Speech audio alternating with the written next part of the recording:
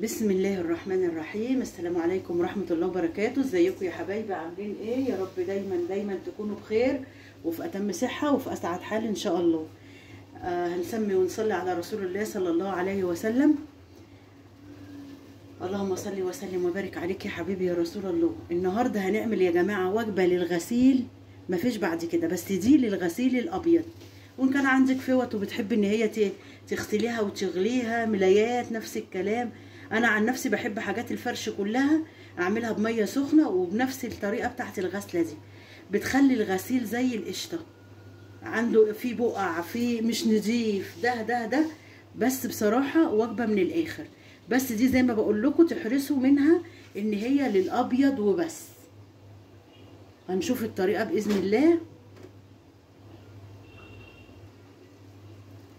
بصوا يا حبايبي، ده كده بطاس بيتباع عند برضو بتاع المنظفات.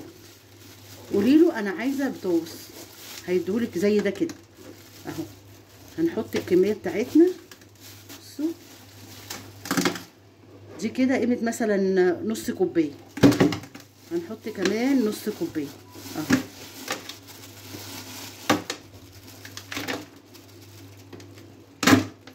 حلو كده اهو. هنحط هنا كمان عندنا زهره بيضه اهي. بصوا برضو بتتباع عند بتاع المنظفات. هحط برضو قيمه ايه كوبايه اهو. وبفكركم يا جماعه دي بتاعه الغسيل الابيض والالوان، لو فيها بقع الحاجات الفواتح. اديني حطيت قيمه كوبايه. اشيله بقى تاني عشان يبقى بعيد عن ايه، عن ايد اي طفل ولا حاجه. حلو كده. انا عندي بقى دلوقتي الكلور اهو. بصوا احط الكلور على الايه، على الحاجات دي اهي. ده جردل عندي بتاع ابويا، حطيت قيمه نص لتر كلور اهو. هقلبهم بقى كده عشان ايه، عايزه البطاطس ده يدوب اهو. هو متكتل اهو. بصوا الازازه مش عايزه تقعد، سبحانك يا رب اهو. حلو يا حبايبي اهو.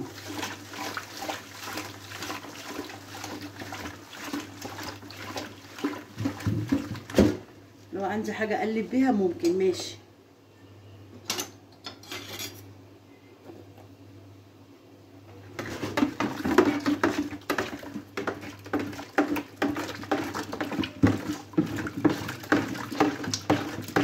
انا مش هعمل فاصل للفيديو خالص علشان تشوفوا ايه يعني. لو حد مثلا بيكح او صدره تعبان شويه ممكن يحط كمامه عشان هو ليه ريحه نفاذه شويه. الوجبه دي بقى عايزه اقول لكم الغسيل سيراميك زي الفل. دي زي اللي بيجيبوها الصينيين واليابانيين ويحطوا عليها ميه سخنه، بس هي الكميه دي بس، ما بيحطوش بقى بقيه المكونات اللي انا هحطها.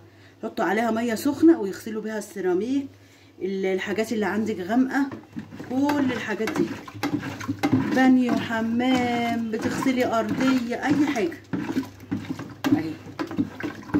خلاص ابتدى كده يفك معايا يسيح. هنحط بقيه المكونات بتاعتنا اهو. معايا 3 كيلو صابون سائل اهو.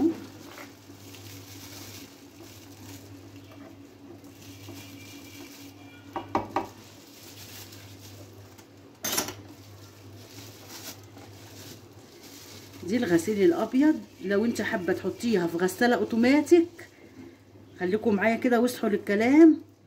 عايزينها الغساله اوتوماتيك حطي عليها اللهم صل على سيدنا محمد، اللهم صل على كامل النور، نسيت اسمها والله، هفتكرها واقول لكم. ادي الكيس التاني اهو.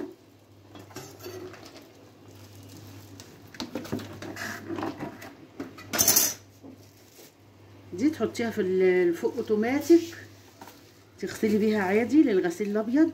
لو فوق اوتوماتيك بقى انصحك انك تنقعي الغسيل الاول، لان بصراحه الفوق اوتوماتيك دي طلعت مقلب كبير وما بتنضفش الغسيل. لازم انقعه علشان اشغل عليه ويطلع نظيف. ادي الكيس التاني، ادي الكيس التاني.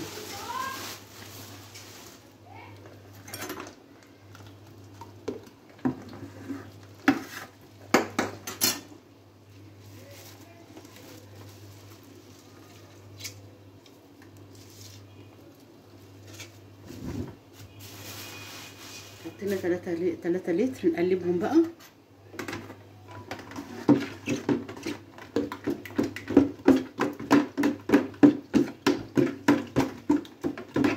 بصوا البطاطس ادى تقلي كمان اكتر ازاي، بقى جيلاتين ازاي.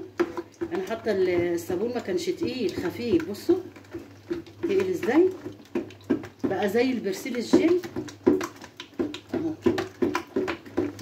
بصوا اداله بياض، اللون الاصفر الفاتح اهو. بصوا اهو، شايفينه معايا؟ ممكن تكون الكاميرا مش موضحه قوي للدرجه.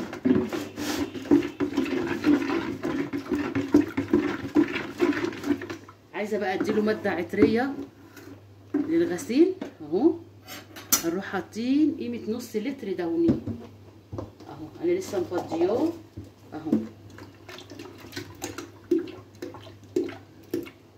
طبعا انتوا عارفين ان الازازه دي لتر، انا هحط نصها اهو.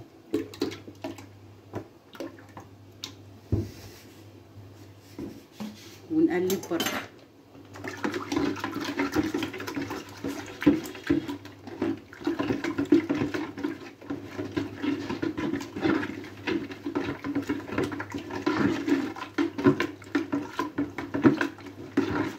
دي بقى تحطيها، ما تحطيش معاها مسحوق.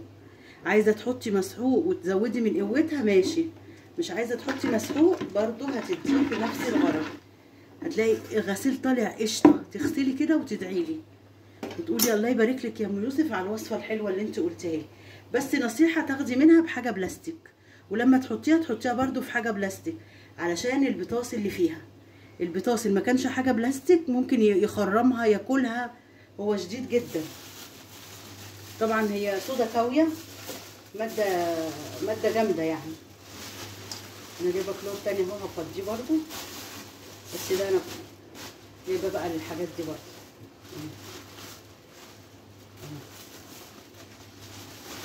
خلي بقى الصابون السائل اهو. ادينا عملنا احلى ماده للغسيل. ونصيحه مني، هي للابيض، وان كنت بتغسلي فوط برضو الحاجات اللي هي عندك فيها اتساخات جامده.